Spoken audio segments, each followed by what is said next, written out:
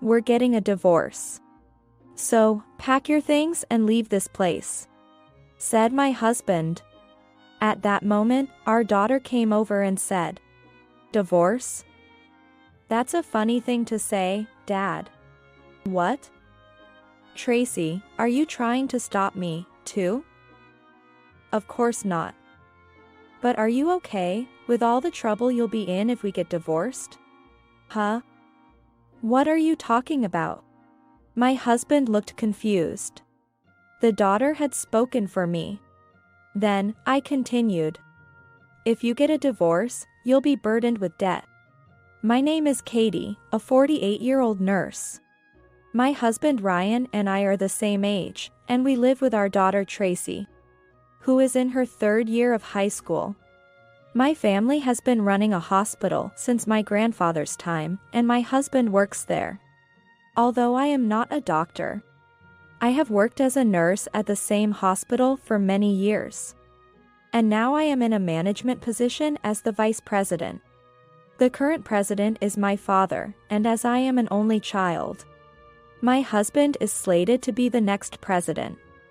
However, despite his impressive title, he was frankly a failure both as a father and as a doctor. In the early days of our marriage, having landed a job at my family's hospital made my husband modest and humble. He was gentle in his speech and well regarded as a doctor who listened carefully to his patients, enjoying a good reputation within the hospital. I felt a great happiness that my husband was valued in this way. However, as he advanced in his career as a doctor, he began to attract attention from women and gradually started to indulge in nightlife. "I'm going out drinking with some friends tonight, so I won't need dinner." "Again. You've been going out almost every night lately. Let's enjoy dinner as a family for a change."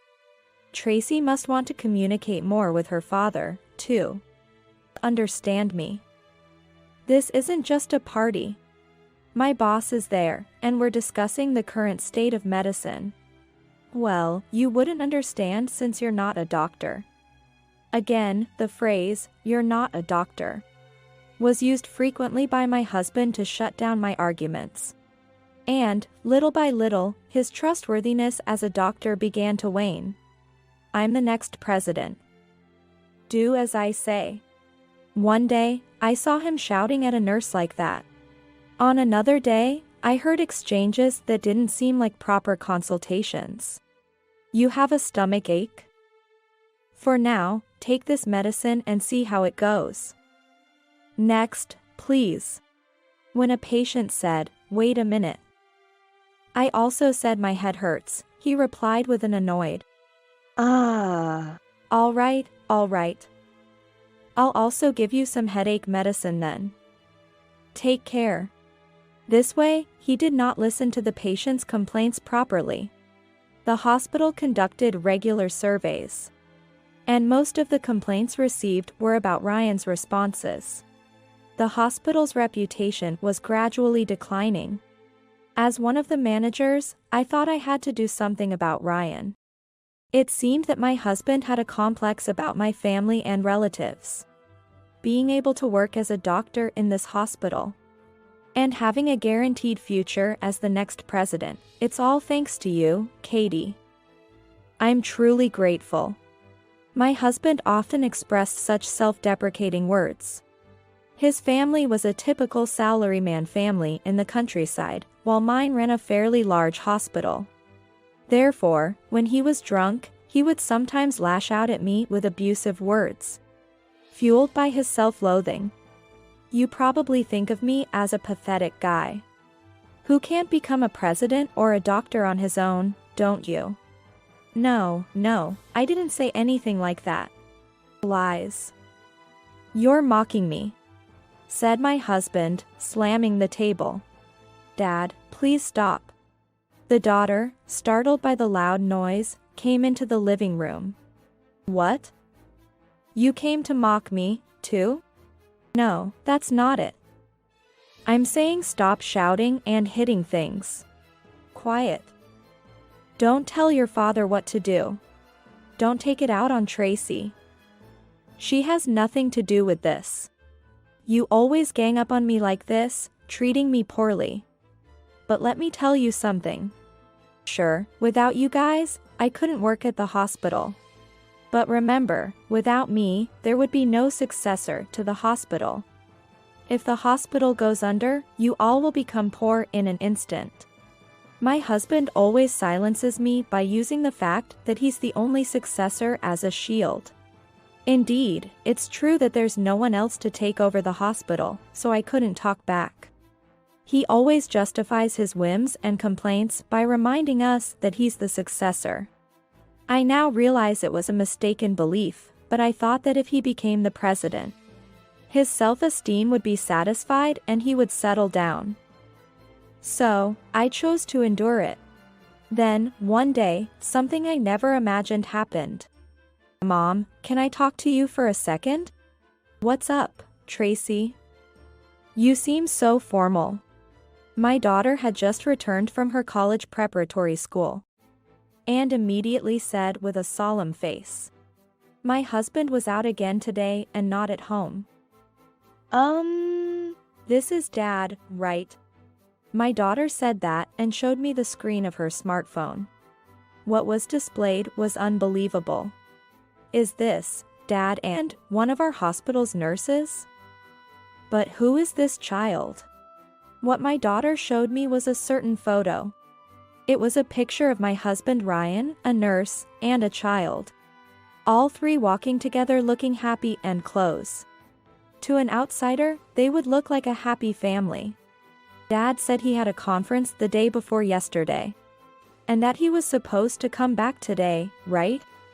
Was he actually with this family instead?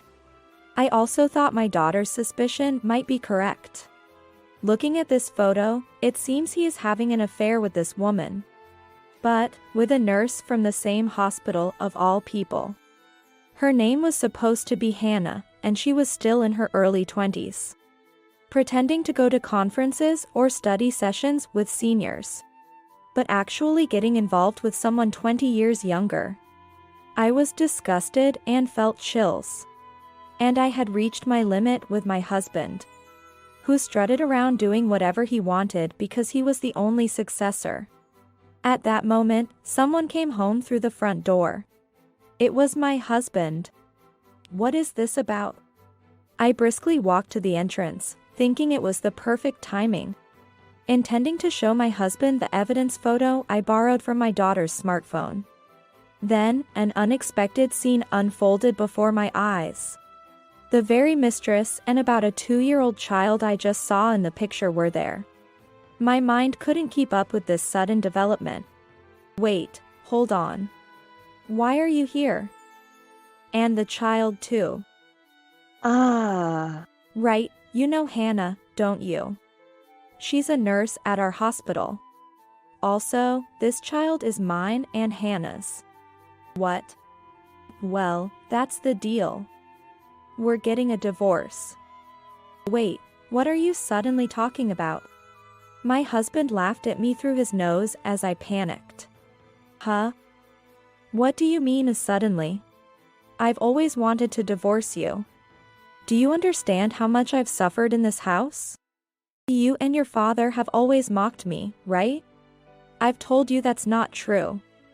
That look of annoyance on your face seems like an insult to me. Compared to that, Hannah is perfect. She always respects me and is kind to me. She is truly the ideal partner. Hannah had a triumphant look next to my husband.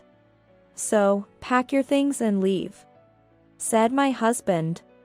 But I couldn't help but laugh, realizing he had overlooked a crucial fact. Hey, why are you laughing? Just thinking about the divorce. What? Is this some act to stop me? I'm tired of this hassle. Let's get divorced quickly. Saying that, my husband thrust the divorce papers at me. At that moment, our daughter came over and said, "Divorce? That's a funny thing to say, Dad." What? Tracy, are you trying to stop me, too? Of course not.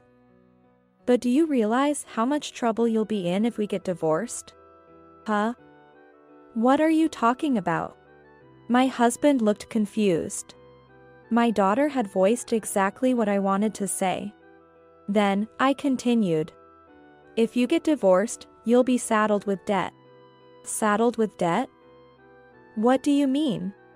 I was surprised at my husband's reaction. Have you forgotten? Such an important matter. Remember when you were still paying off your student loans? And my father decided to cover your tuition? With conditions. Now that you mention it, something like that did happen. My husband suddenly looked as if he had understood something. It's surprising he had forgotten such a crucial matter. He had entered medical school and became a doctor. But he was struggling quite a bit with the student loan payments. At that time, we were dating, and I had asked my father if he could help. I truly loved him back then and wanted to do anything to help him. Therefore, my father agreed to cover the student loan on the condition that my husband marry into our family and become the future president. Thus, if we got divorced, not only would he lose the position of president, but he would also have to repay the student loans. Then, my husband suddenly started to play dumb. Did we make such a promise? I can't believe it without evidence. He must have thought it was possible to blur the lines since it was a long time ago. If there's no evidence, he could get away with it. That's what he must be thinking. However, there's no way such an important agreement wouldn't be documented by me or my father. What are you talking about? I told you at the beginning of our marriage that it's stored at my parents' house. Did you forget that too? When I said that, my husband looked frustrated. Seriously? Hannah, having watched our exchange, timidly asked. I've been lost in the conversation, but what exactly is going on? Isn't that hospital owned by your family? Hannah confronting my husband. It seems he had lied to her. Unfortunately, that hospital belongs to my family. I interjected to clarify. That's... You've been deceiving me. I can't forgive this. Perhaps Hannah believed that marrying my husband would make her the president's wife. Be quiet. I never said that the hospital was owned by my lineage. What? You've always boasted about being the next president, and that the hospital would soon be yours. So, you were just married in and received everything on a silver platter. My husband seemed angered by the word silver platter. Don't act all high and mighty when you're not even a doctor. There it was again. Not being a doctor. I didn't want my daughter to see this scene, so I stopped them. If you want to argue, do it later all you want. But you will pay compensation. Huh? Compensation? Oh, for cheating, right? Then, I don't mind you claiming it. Since Ryan will pay it all off anyway. Hannah said this with a look of annoyance. It seems she was unaware of that detail. What are you talking about? There's no way that man has that kind of money. Huh? But he's a doctor, right? He should have enough to pay compensation. This man is an incredible spendthrift. Despite me covering all living expenses, he doesn't save at all and blows through his salary on fun until it's not enough. To the point where he's now taking advances on his wages. What? He's taking advances on advances on advances. Simply put, he'll be working for free for the next year. My statement also turned my husband's face pale. Wait, hold on. That's supposed to be cancelled out since I'm your husband, right? Ha! Why should I cancel out the money you've wasted on hostess clubs? And brand purchases? Besides, as a manager, I couldn't possibly do that. Our hospital is very thorough in that regard. You definitely won't be getting your salary for the next year. That's impossible. Then, what about my compensation? Of course, you'll be the one to pay that. You're kidding, right? I absolutely hate that. And no salary for a year. What about living expenses? Do I have to work and earn for our living expenses? I thought I'd live a comfortable life as the wife of a doctor and the future president. Saying that, Hannah was fuming, her face turning bright red. Her stomping around was reminiscent of a kindergartner who couldn't get the game they wanted. It's ridiculous for a doctor to be taking advances on their salary. Why did I even get involved with someone like you? You were the one who came onto me first. Once again, my husband and Hannah started arguing. Amidst their quarrel, my husband turned to me with what seemed like a trump card. Wait a second. Without me, there would be no successor, right? Doesn't that make it essential for me to become the hospital's president? There's no one else suitable to be the successor. My husband said this with a triumphant look on his face. Oh, right. Then I can become the president's wife and receive an executive salary. Hannah also began to smirk suddenly. My daughter was the one to put a stop to their scheming. Unfortunately for you, I'm going to inherit Grandpa's hospital, so we don't need Dad. What? My husband was taken aback by my daughter's statement. What are you talking about? You're not even aiming for medical school. You can't just say something like that and expect to get in. I sighed at my husband's comment. You really don't pay attention to our home, do you? Since high school, Tracy has been working hard, aiming to become a doctor. That's why she's been attending prep school since her sophomore year. Really? You have no right to belittle her. When you haven't even been paying attention to your own daughter. And Tracy has received an A evaluation from a university ranked higher than the one you graduated from. Seriously? Tracy has. My husband was incredibly shocked. He had struggled a lot to get into medical school, and even then, it wasn't a highly ranked university. His pride was wounded knowing that his daughter might get into a better university than he did. Even if you get into medical school, it's not a world where a woman can succeed. I sighed again at my husband's words. She's not going to work at a university hospital. There's no such male-dominated nonsense in running a private hospital. In fact, I'm confident Tracy will become a more respectable doctor than you are now. Currently, you neglect your consultations. Don't listen to your patients, try to slack off as much as possible. Only think about nightlife and even cheat. Such a terrible doctor won't be admired by anyone. Well, with Tracy here, the successor issue is resolved. Next is to finalize the divorce and claim compensation from you. My husband hung his head in defeat, seeming to have given up on arguing any further. Wait, just a minute. What about my life? I have to support a child. That's your own doing, isn't it? You're the one at fault for having an affair despite having a child. From now on, live a prudent life and be a good example for your child. Saying this, Hannah bowed her head in resignation, finally coming to terms with her actions. Afterward, the divorce was finalized, and my husband and Hannah left the hospital.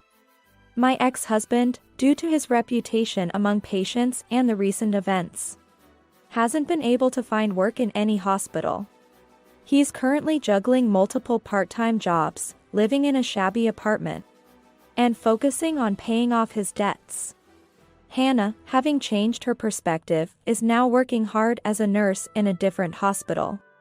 She's become more conscious of being a role model for her child, and even sent a letter apologizing after some time. She settled the compensation much faster than my ex-husband, and is living strong as a single mother. Meanwhile, my daughter successfully got into medical school, and is currently studying hard as a medical student. I look forward to the day we can work together while supporting her college life, and managing my work and household chores. I hope to continue living happily with my daughter, maintaining a strong mother-daughter bond.